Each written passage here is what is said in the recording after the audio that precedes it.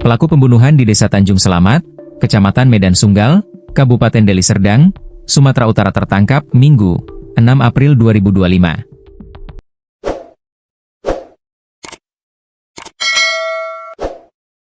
Pelaku pembunuhan di Sumatera Utara tersebut menyembunyikan jasad korban di dalam sumur demi menutupi perbuatannya.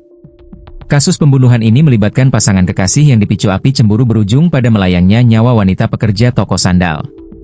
Pelakunya adalah sang pacar Freddy Erikson Sagala, 35, warga Desa Tanjung Selamat, Kecamatan Medan Sunggal, Kabupaten Deli Serdang, Sumatera Utara. Sedangkan korbannya Santi Matanari, 33. Jasadnya dibuang pelaku ke dalam sumur. Kasus pembunuhan terungkap setelah jasad korban ditemukan warga berada di dalam sumur. Hingga akhirnya kejahatan Freddy pun terbongkar. Kapolrestabes Medan Kombes Gideon Aris Setiawan mengatakan pelaku Freddy berpacaran dengan korban selama 4 tahun. Pelaku dan korban tinggal bersama pada September 2024 lalu dan mengontrak sebuah rumah di Desa Tanjung Selamat, Kecamatan Medan Sunggal, Kabupaten Deli Serdang. Pelaku membunuh korban pada 30 Oktober 2024. Adapun kronologis kejadian, sekitar pukul 19 WIB, korban sedang mencuci pakaian di kamar mandi. Kemudian terjadi cekcok mulut antara pelaku dengan korban. Setelah cekcok timbul niat tersangka untuk membunuh korban. Kemudian pelaku mendekati korban dari arah belakang. Pelaku langsung memiting leher korban dengan menggunakan tangan sebelah kanan sekitar 5 menit hingga korban meninggal dunia. Kemudian setelah korban tewas, pelaku membuang mayatnya ke sumur. Pelaku memasukkan kepala korban terlebih dahulu ke dalam sumur dan kemudian menjatuhkan tubuh korban. Setelah itu pelaku menutup sumur tersebut dengan menggunakan terpal plastik, seng, dan mengganjalnya dengan 2 buah batu, kata Gideon saat menggelar paparan di TKP, Rabu, 9 April 2025. 2 hari kemudian, pelaku meninggalkan rumah kontrakan tepatnya pada 1 November 2024 dan membawa harta benda milik korban. Mengambil barang-barang korban, uang korban Rp100.000, KTP, 1 unit HP dan 1 unit sepeda motor Honda Vario berplat BK 3056AI warna hitam, katanya.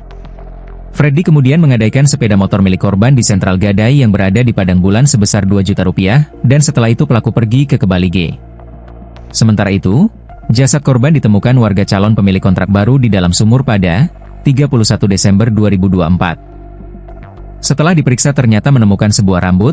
Kondisi korban sangat rusak sehingga satu-satunya cara mengidentifikasi korban dengan cara saintifik dengan menggunakan metode DNA, katanya. Setelah identitas korban terungkap, akhirnya polisi pun menangkap Freddy. Freddy ditangkap di wilayah Medan Denai pada Minggu, 6 April 2025, sekira pukul 19 waktu Indonesia Barat. Selanjutnya pelaku diproses dalam penahanan di Polsek Medan Sunggal. Freddy tega menghabisi nyawa kekasihnya karena dipicu rasa cemburu. Ia mengaku sempat mengirim pesan melalui WhatsApp kepada korban. "Ku bilang sama Santi, korban, tidak usah bekerja lagi. Ku bilang si bos di tempat kerja mengancamku dan keluargaku. Bos bilang mau diusir kami dari pajak dan mau dibunuh kami semua. Ku bilang lah sama dia nggak usah jualan lagi biar abang saja yang kerja," kata Freddy saat diwawancarai, Rabu, 9 April 2025. Korban yang membaca pesan WhatsApp dari pelaku kemudian mengirimkan balasan. "Dibalas chattingan saya, biarkan aja mati kalian semua," kata Freddy. Freddy mengaku sering melihat Santi bersama dengan bos di tempat kerja. Katanya tidak ada hubungan, tetapi setiap saya lewat tempat kerja Santi, saya melihat Santi kayak pacaran dengan bos, ujarnya. Pelaku mengaku cemburu dengan kedekatan korban dan bos di tempat kerjanya. Korban diketahui bekerja di satu toko sandal dan pelaku merasa cemburu melihat korban setiap hari bermesraan dengan bosnya di toko.